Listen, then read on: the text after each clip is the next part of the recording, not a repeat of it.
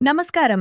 ఈరోజు మనం నెట్ఫ్లిక్స్లో ఇటీవల డైరెక్ట్ స్ట్రీమింగ్ అయిన ఒక విభిన్నమైన సినిమా గురించి మాట్లాడుకుందాం. అదే స్టీఫెన్. తెలుగు డబ్బింగ్లో అందుబాటులో ఉన్న ఈ సినిమా ట్రైలర్ చూసినప్పుడు ఇంట్రెస్టింగ్గా అనిపించి మొదలుపెట్టాను. కానీ మూవీ చూసిన తర్వాత నాకైతే ఇది స్ట్రేంజ్, క్రేజీ, ఇంట్రెస్టింగ్ ఇలా ఒక డిఫరెంట్ అనుభవాన్ని ఇచ్చింది. ఈ సినిమా ఎందుకంత నచ్చిందంటే ఇది కేవలం ఇన్వెస్టిగేషన్పై కాకుండా క్యారెక్టర్ స్టడీ మీద చాలా గ్రిప్పింగ్గా తీయబడింది. సాధారణంగా మనం సీరియల్ కిల్లర్ లేదా సైకో కిల్లర్ మూవీస్ చూస్తే 90% వరకు క్రైమ్ జరిగిన తర్వాత ఇన్వెస్టిగేషన్ పైనే దృష్టి పెడతాయి.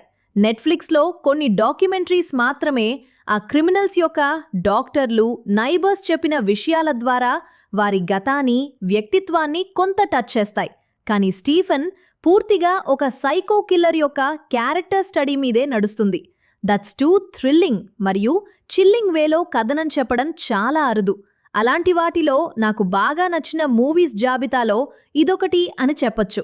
సైకో కిల్లర్స్ యొక్క మైండ్ ఎలా రన్ అవుతుంది, వారి ఆలోచన విధానం ఎలా ఉంటుంది, జైలు జీవితం, ఎన్కౌంటర్ లాంటివి ఉన్నా కూడా స్టిల్ వాళ్ళు ఎందుకు నేరాలు చేస్తారు, రివెంజ్ కోసం చేసేవి వేరు, కానీ సైకో కిల్లర్స్ డిఫరెంట్.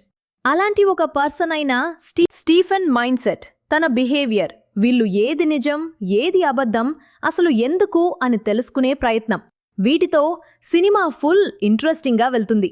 మనం ఆ క్యారెక్టర్ను చూస్తున్న కొద్దీ అతని మెంటల్ బిహేవియర్, సైకో పర్సనాలిటీని గ్రాఫ్ పెంచుతూ చూపిస్తూ వెళ్లారు. ఇదంతా ఇంట్రెస్టింగ్గా బాగుంది. ఇక తరువాత లాస్ట్లో క్లైమాక్స్లో ఒక పోర్షన్ వచ్చింది. ఇదైతే బుర్రపాడైంది. ఈ లెక్కన ముందు చెప్పింది మొత్తం ఆలోచిస్తే అసలు పిచ్చి ఎక్కింది.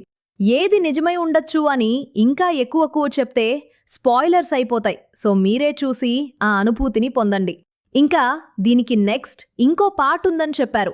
నాకైతే ఆ స్టోరీ ఎటు వెళ్తుందో అని తెలుసుకోవాలని చాలా ఇంట్రెస్ట్గా ఉంది. నేను waiting.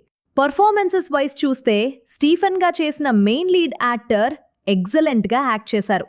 Remaining all good. BGM nice. Finally ఇది ఒక interesting, dark and chilling movie. వెంటనే చూసేయండి. చిన్న నోట్, ఈ సినిమా తెలుగులో స్ట్రీమింగ్ అవుతుంది, కానీ ఇందులో వైలెన్స్ మరియు బ్లడ్ ఉంటాయి. సో మరీ సెన్సిటివ్ పీపుల్ అయితే కొంచెం ఆలోచించండి. అడల్ట్ సీన్స్ కానీ బ్యాడ్ లాంగ్వేజ్ కానీ మరీ అంతగా అయితే లేదు, చూసేయచ్చు.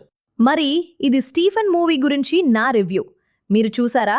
మీకెలా అనిపించింది?